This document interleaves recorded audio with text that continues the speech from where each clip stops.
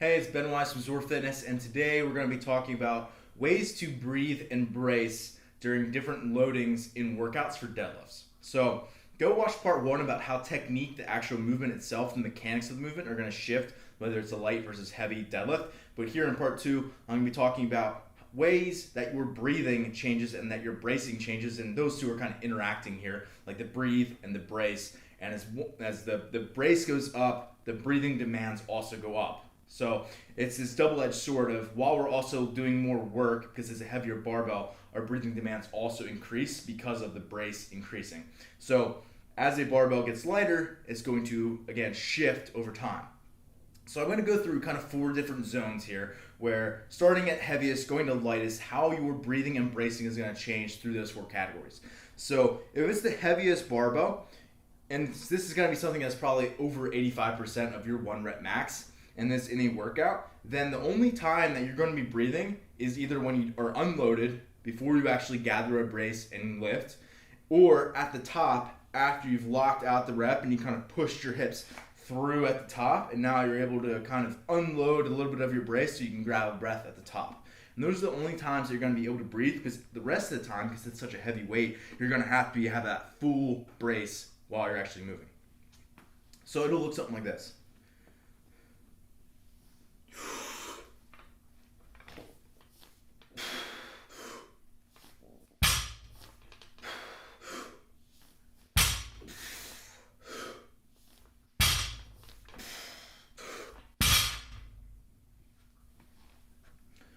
So that's the first way that I would say you can do it. And the other thing that I want you to kind of pay attention to as I'm doing that first variation is that I actually get that brace before I even put tension into the bar. So I'm not grabbing the bar and then trying to create a brace. I create a brace and then I lift afterwards. So again, that is going to be something where you don't do that, if it's a really lightweight, like you'll just go pick it up, but you have to do it when the weight's really heavy.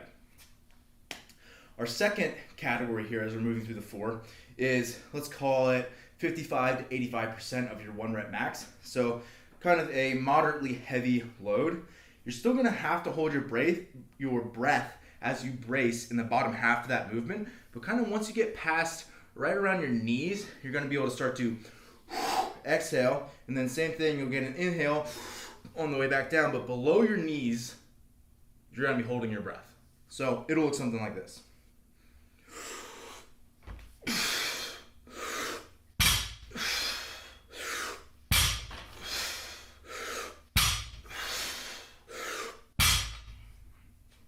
So obviously that's going to be a much more sustainable option. You're going to be able to cycle through those reps a little bit quicker because it's, 1, lighter, but 2, your brace allows for it and your breathing allows for it. The third category is going to be, let's call it anywhere from maybe 30 to 55% of your 1 rep max.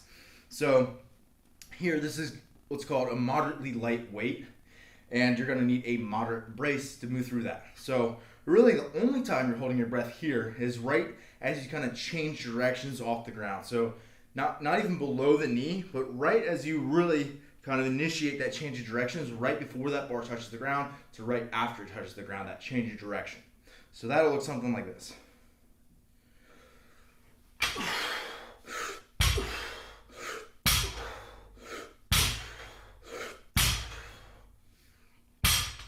Now these last 2 are actually going to be kind of hard to tease out the differences because it's really subtle. But the last one here is you're not going to hold your breath at all during it. So at no point do you actually hold your breath.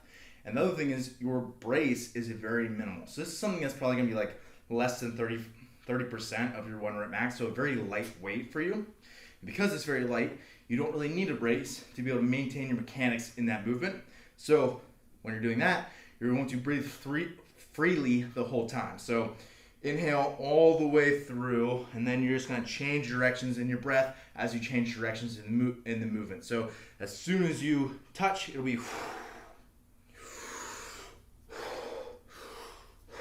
versus in the third one, it would have been. And these are very subtle, but you can tell I just hold my breath for just a fraction of a second in that third one, and that's what's in part what makes it less sustainable than this 4th variation, besides the weight itself. So here will be the last one. The last thing that you're going to notice about it is that the weight just moves a little bit quicker because it's going to be lighter. So this will be our fourth variation. It's the lightest of all of them.